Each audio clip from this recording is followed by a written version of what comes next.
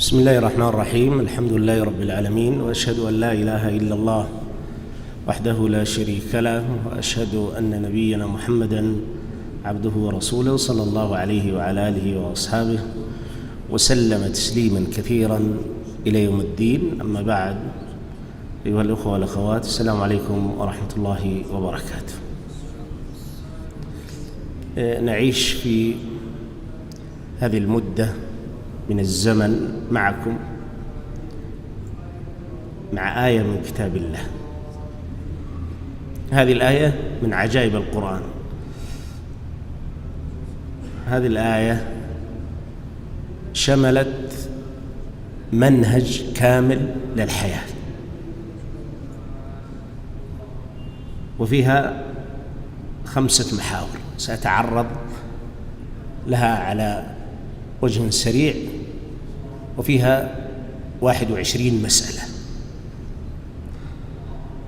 يقول الله تعالى: ليس البر أن تولوا وجوهكم قبل المشرق والمغرب، ولكن البر من آمن بالله واليوم الآخر والملائكة والكتاب والنبيين، وآتى المال على حبه ذوي القربى واليتامى والمساكين وابن السبيل وفي الرقاب، وأقام الصلاة وآتى الزكاة والموفون بعهدهم إذا عاهدوا والصابرين في البأساء والضراء وحين البأس، أولئك الذين صدقوا وأولئك هم المتقون. ما أعجب هذه الآية. هذه الآية تعتبر من طوال آية القرآن، نحو نصف صفحة، وهي عجيبة. والقرآن فضل الله بعضه على بعض في مضامينه وفي معانيه، وهذه من أعجب آيات القرآن.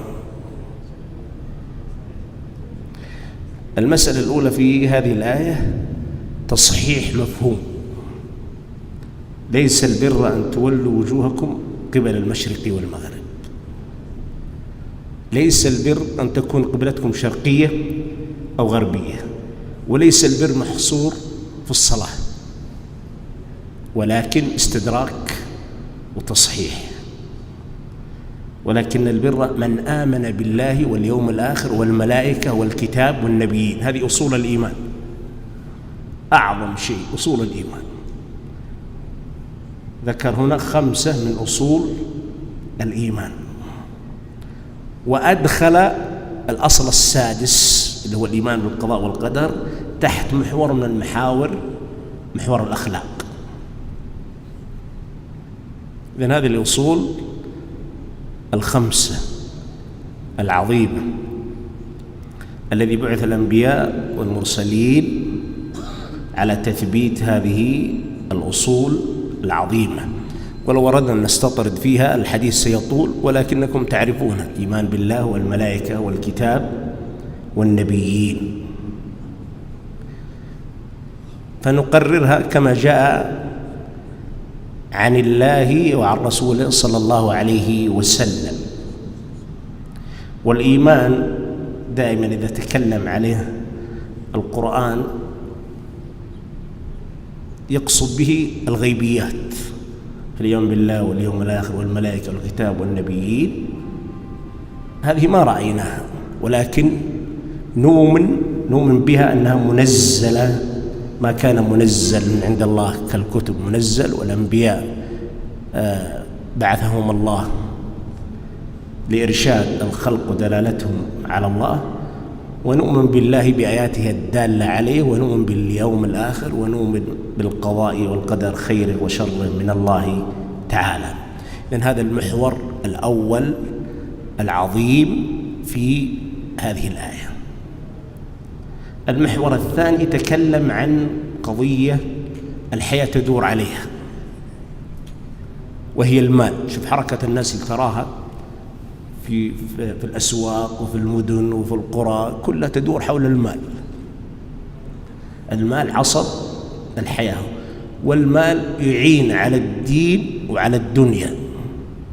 هنا ذكر الله سبحانه وتعالى أعظم مصارف المال، 6 أوجه، لا يوجد مصارف أعظم منها في صرف المال، لا يمكن تجد أعظم من هذه المصارف. لذلك ذكر الله سبحانه وتعالى 6 أوجه لصرف المال والتقرب به إلى الله: وآتى المال على حبه ذوي القربى واليتامى والمساكين وابن السبيل والسائلين وفي الرقاب. وهؤلاء تعرفونهم: ذوي القربى أولهم الوالدين، ثم أهل بيتك، ثم أخوانك، أخواتك، أقاربك، أدناك فإنك تعطيهم المال، إما نفقة أو زكاة إذا كانت تجوز الزكاة، أو هدية أو صلة على حسب ما تراه ما يقربك إلى الله سبحانه وتعالى. أذكر مسألة ربما يكثر فيها الأسئلة، قال: وفي السائلين وهم ينقسمون إلى 3 أقسام: سائل تعرف حاجته، وسائل مجهول الحال، وسائل تعرف كذبه. فالسائل الذي تعلم حاله أنه محتاج تعطيه، والسائل المجهول يجوز لك تعطيه، والسائل المعلوم كذبه لا يجوز لك أن تعطيه، كالذين يمتهنون الشحاذة ويترزقون منها ويجمعون منها الأموال، فتجده يقف في كل مكان يجمع المال حتى يتكثر به، هذا لا يعطى. والسائلين كذلك لهم أقسام أخرى، لأن الإنسان أحيانا يكون سائل لنفسه، وأحيانا يكون سائل لغيره. فإذا كان سائل لنفسه من حاجة أو من غرامة لحقت به يعطى، وأحيانا يكون الإنسان سائل لغيره، كان يكون سائل لمنافع المسلمين العامة، كالذين يقومون على مصالح المسلمين العامة كالأوقاف وما يخدم الدعوة إلى الله والعلم وبناء المستشفيات الخيرية والأوقاف والآبار والمدارس وشق الطرق وما شابه مما ينفع المسلمين. هؤلاء يعانون على ما سألوا عليه. وأحيانا يكون السائل لغيره لحمالة تحملها ذلك الإنسان من دين ثقيل أو أروش وجنايات في دماء تحملها، فيعينه هذا السائل حتى يقضي عنه غرامته. وفي الرقاب في عتق العبيد والإماء المسلمين والمسلمات، وتشوفت إليه الشريعة، هذا حببت إليه الشريعة. أو في عتق رقاب الأسرى من المسلمين الذين عند الأعداء، فيدفع المال لاستخلاص الأسير، هذا يدفع له المال ومحبب في الشرع، لأن هؤلاء بذلوا أنفسهم فأسروا في خدمة الدين، فتبذل لهم الأموال سواء من ولي أمر المسلمين أو من المتبرعين من غير ولي أمر المسلمين. هذه أعظم مصارف المال. إذا لو سأل أحد وعنده مال كيف يصرف المال، ندل على 6 الأوجه التي أشارت إليها الآية. ثم تكلمت الآية عن المحور الثالث، وهي أصول الإسلام. وأعظم أصلين في الإسلام هي الصلاة والزكاة. تقول الشهادتين أشير إليها في أصول الإيمان. هنا أشار إلى أعظم ركنين في الإسلام بعد الشهادتين، قال: وأقام الصلاة وآتى الزكاة. لأعظم أصلين في الإسلام. لم يشر للأصلين التي بعدها التي هي الصيام والحج، قال: لأنه من أقام الصلاة وآتى الزكاة سهل عليه أن يصوم وأن يحج، هذه أهون بكثير. فهذا الأصلين عظيمة. لذلك في القرآن كثيرا في عشرات المواضع من القرآن يقرن الله بين الصلاة والزكاة: وأقيموا الصلاة وآتوا الزكاة.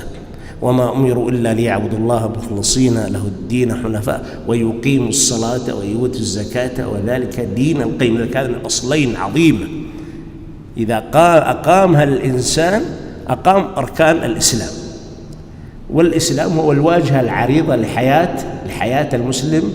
لذلك ركز الله على هذين الركنين العظيمين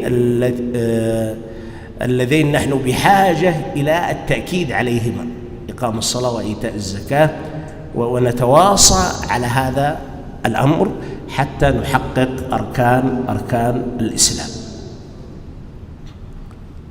ثم انتقلت الآية للمحور الرابع وهو الأخلاق والسلوك. محور الأخلاق والسلوك: والموفون بعهدهم إذا عاهدوا والصابرين في البأساء والضراء وحين البأس. هذا محور الأخلاق والسلوك. والموفون بعهدهم إذا عاهدوا. ترى الحياة كلها عهود ومواثيق، كل ما حولك عهود ومواثيق. أنت في بيتك عندك عدد من العهود والمواثيق: عهد وميثاق بينك وبين زوجتك، وعهد وميثاق بينك وبين أبويك، وعهد وميثاق بينك وبين أولادك. هذه الحياة كلها عهود ومواثيق. عهد وميثاق بينك وبين جارك، عهد وميثاق بينك وبين أرحامك، تصلهم وتقوم بالحقوق والواجبات التي تجاههم. عهد ومواثيق مع زملائك، مع أصحابك. كل الحياة عهود ومواثيق. فمن احترم العهود والمواثيق أتم الله له الدين واستقامت له الشريعة ونال الأجور العظيمة. وتصور لو الإنسان قاموا بالعهود والمواثيق التي بينهم حتى في الأمور الأخرى، في البيع وفي الشراء وما شابه من التعاملات، كيف تكون حياتهم طيبة. والموفون بعهدهم إذا عاهدوا. ثم ركز الله على قضية مهمة وهي اللي تقوم عليها العهود والمواثيق والأخلاق، وهي الصبر. الصبر لا تنال الإمامة لا في الدين ولا في الدنيا إلا به، ولا يمكن الإنسان يصل إلى معالي الأمور إذا كان ليس له صبر. من لا صبر له لا عز له، لا مجد له، لا تمكين له، لا رفعة له.